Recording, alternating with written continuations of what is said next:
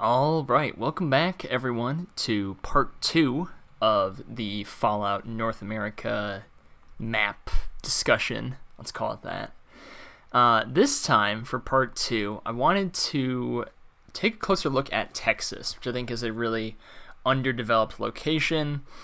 The only time we really see any of that is Fallout Brotherhood.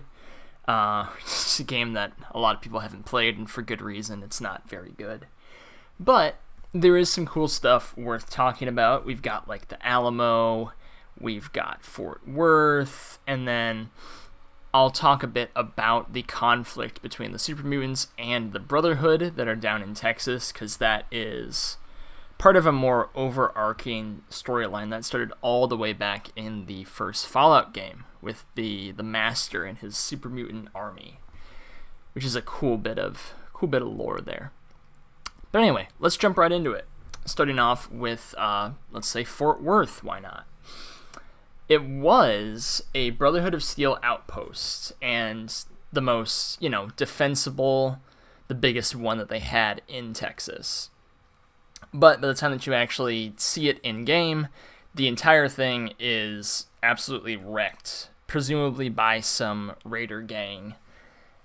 There's holes in the walls, there's debris and chaos everywhere, but there's not too much else to really explore there. It's just a Brotherhood fort that gets cracked open, but the bigger and more important part is for the Alamo, which is pretty cool, because despite being in San Antonio, it didn't get bombed. Not that bad. So the Alamo still stands. which is fun and a good reference. But the Brotherhood moves right in, and it becomes their new main base of operations. It's where they send out all their patrols. And most importantly, the Alamo is pretty close to Austin. As you can see from the green area into that blue-purple one, this is the conflict between the Super Mutants and the Brotherhood for Addis, who is the main antagonist of the game. But the reason that Austin is interesting and worth noting is that it's currently under the control, or I guess leadership, of one really big, important super mutant named Keats, who is not how you might envision super mutants, especially if you've only really played Fallout 3 or Fallout New Vegas. There are a bunch of super mutants who are quite intelligent and capable of rational thought and strategy, and Keats is one of those. So Keats has this really big, Unitarian goal of trying to repair relations between humans and super mutants. Now, obviously, a lot of people aren't cool with that, both human and mutant. So he's a little bit ostracized by both, but he's one of the good guys. He has a moral position that he's trying to uphold. But Austin itself is notable that the entire place is just completely run over with plants. There's plants everywhere, and freaky carnivorous ones, and all sorts of nasty stuff. Now, if we come down a little bit further south to the Gulf of Mexico, there's some more stuff worth talking about. We don't really know much of anything about Houston, but we are told a bit about Corpus Christi, which is now just called the Corpse. In classic, Fallout fashion, we take a city and change around the pronunciation and the phonetics a bit. But the interesting part here is that we know that the Gulf of Mexico is rising, and it's starting to submerge a lot of the coastline. Because a good part of Corpus Christi is just underwater right now, including the Corpus Christi Naval Base. And the entire city is just, half-submerged skyscrapers and things and all this. But to try to get into that military naval base, you have to go underwater, and there's nasty and freaky mutated fish, more plants, and the base is essentially this hotbed of mutated plant activity, and it's sort of starting to take over the local environment. So presumably Corpus Christi is going to be a fresh jungle in a few years if it keeps going that way. And maybe the same could be said about Austin if the plants aren't dealt with and they're just allowed to, keep dividing and conquering. The next location really worth mentioning is Carbon. It's where the player character starts the game as an initiate in the Brotherhood of Steel.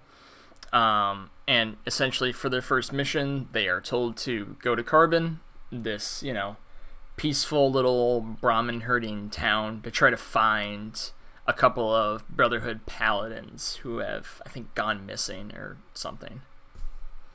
But, it's the starting plot. There's not too much to it. Lone Star is a bit interesting. It's a little further down the road past 20, but it's a trading center. And, it's a place where a bunch of different factions meet up and end up trading. There's a few, I think, quests that start there, but for the most part, it's a peaceful place, a sort of, neutral turf where people can come together. But right next to Lone Star is Vault 39, which is also, included in this whole area of Lone Star. But it's one of the vaults, so obviously it presumably had some weird experiment that it was intended for, but we don't know that. If anybody does or has any idea about it, please let me know, because I'm out of my depth here. But essentially all we know about the vault is that it's also become essentially a jungle with a bunch of plants that are thriving within the vault and starting to seep out. For whatever reason, a bunch of the locations in Texas are just, sprouting out greenery like Vault 22 for no real reason. But, whatever. Moving on further down the line, we come up to Los, which is a town that's essentially split between ghouls and humans, and there's tension there. And the whole plot line culminates with this civil war coming out of a secret vault that's built right next to them. And essentially what happens is Addis comes in with his super mutant army and just sort of raids the city. And they come over to the vault, take it over, and there's only a few people left. And the whole place is just plunged into chaos. So a lot of the story in Brotherhood is, not that good, and in my opinion, not too worth talking about. It has been scrapped officially as being canon, but that doesn't mean that these locations will never see the light of day, hopefully. And one other that I think is worth pointing out is over in Amarillo, Texas, just referred to as the truck stop, which is a crossroads along I-40 and I-27. And the reason I think it could be interesting is because, like I said, it's a crossroads. It's essentially connecting Caesar's Legion to Texas and to the rest of the East. So if they were to maybe move over there and establish connections with some of these people, there's no real dominant Texas faction. The only things we see are the super mutant army fighting the Brotherhood of Steel and them going back and forth and having their little conflict. There's hints that there could be, a more overarching faction that takes over Texas or has some influence there. I think that'd be really cool to see, just speculating. But if we ever were to see a, fully flushed out, proper Fallout Texas or something like it, I think having this crossroads section as either your starting zone or one of the first zones you go to could be pretty cool. Because it's another location where, as a developer, you would have an excuse to bring in people from all sorts of different factions and just put them in this trading post and have them all meet and mingle, which could be fun. It could be a good place to write a whole bunch of interesting quests about, caravan guarding, like we saw with the Honest Hearts DLC and other stuff like that. I think it could be a good creative idea. So then the last little bit of, I guess, overarching Fallout lore that I'll talk about here is like why Addis is in Texas and what this guy is all about. So in the original Fallout, the primary antagonist there was the Master.